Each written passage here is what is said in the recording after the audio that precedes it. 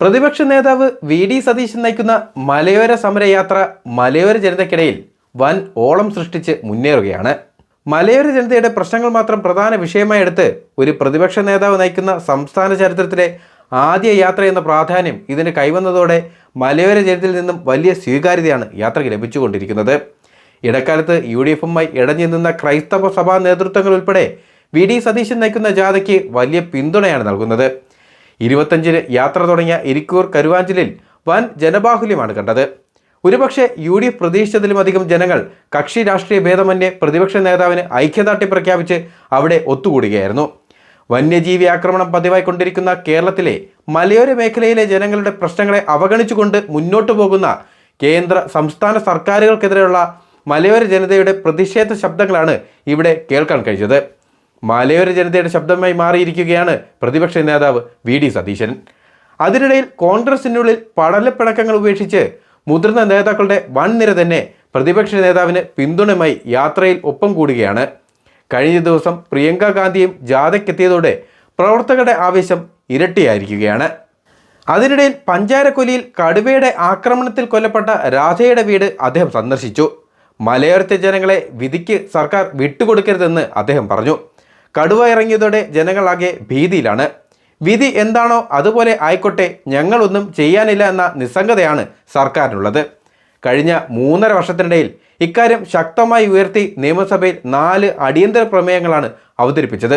കഴിഞ്ഞ 4 വർഷമായി വന്യജീവി ആക്രമണം പ്രതിരോധിക്കാൻ സർക്കാർ ഒന്നും തന്നെ ചെയ്തിട്ടില്ല.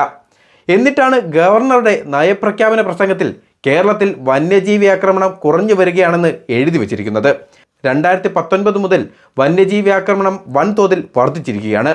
8 വർഷം കൊണ്ട് 60,000-ലധികം വന്യജീവി ആക്രമണങ്ങളാണ് കേരളത്തിലുണ്ടായത്. 1000-ലധികം ആളുകൾക്ക് ജീവൻ നഷ്ടപ്പെട്ടു. വന്യജീവി നിയമത്തിൽ ഉടൻ ഭേദഗതി വരണം. കേരളത്തിൽ നിന്നുള്ള മുഴുവൻ UDF MP-മാരും ഇക്കാര്യത്തിൽ പാർലമെന്റിൽ അതിശക്തമായ നിലപാടാണ് എടുത്തിട്ടുള്ളത്. സംസ്ഥാന സർക്കാർ ചെയ്യേണ്ടത് ചെയ്യണം. വനം വകുപ്പിൽ വേണ്ടത്ര വാച്ചർമാരില്ല, ജീവനക്കാരില്ല, ആവശ്യത്തിന് സംവിധാനങ്ങളുമില്ല. പ്രതിരോധ സംവിധാനത്തിന് വേണ്ടി 1 രൂപ പോലും സർക്കാർ ചെലവാക്കിയിട്ടുമില്ല. വന്യമൃഗ ആക്രമണത്തിൽ ഗുരുതരമായി പരിക്കേറ്റ 8000-ഓളം പേരാണുള്ളത്. പലർക്കും ചികിത്സാ സഹായം നൽകിയിട്ടില്ല. കാട്ടാനയുടെ ആക്രമണത്തിൽ കൊല്ലപ്പെട്ട അജീഷിന്റെ കുടുംബത്തിന് നൽകിയ വാക്ക് പോലും സർക്കാർ പാലിച്ചിട്ടില്ലെന്ന് വി.ഡി. സതീശൻ കുറ്റപ്പെടുത്തി. മലയോര സമരയാത്ര ഒരു രാഷ്ട്രീയ യാത്രയല്ല.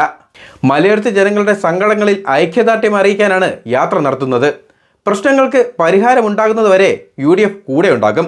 കേന്ദ്ര സംസ്ഥാന സർക്കാരുകളിൽ സമ്മർദ്ദം ചെലുത്തും. ഈ സർക്കാർ ഒന്നും ചെയ്തില്ലെങ്കിൽ UDF കൊടുങ്കാറ്റ് പോലെ തിരിച്ചു വരും. ഇതിനെല്ലാം പരിഹാരം ഉണ്ടായിരിക്കും. ഉദ്യോഗസ്ഥർക്ക് അമിതാധികാരം നൽകുന്ന വനഭേദഗതി നിയമം കൊണ്ടുവരാനുള്ള ശ്രമത്തിനെതിരെ ഞങ്ങൾ ശക്തമായ സമരം പ്രഖ്യാപിച്ചു. ഈ ജാഥ പ്രഖ്യാപിച്ച് 5 ദിവസത്തിനുള്ളിൽ നിയമം പിൻവലിച്ച് സർക്കാർ പിന്തിരിഞ്ഞോടി. അതുതന്നെയാണ് ഈ ജാഥയുടെ ആദ്യഘട്ട വിജയം. ഈ ജാഥയിൽ പറയുന്ന എല്ലാ കാര്യങ്ങളും നേടിയെടുക്കുന്നതുവരെ UDF പോരാട്ടം തുടർന്നുകൊണ്ടേയിരിക്കും, പ്രതിപക്ഷ നേതാവ് പറഞ്ഞു.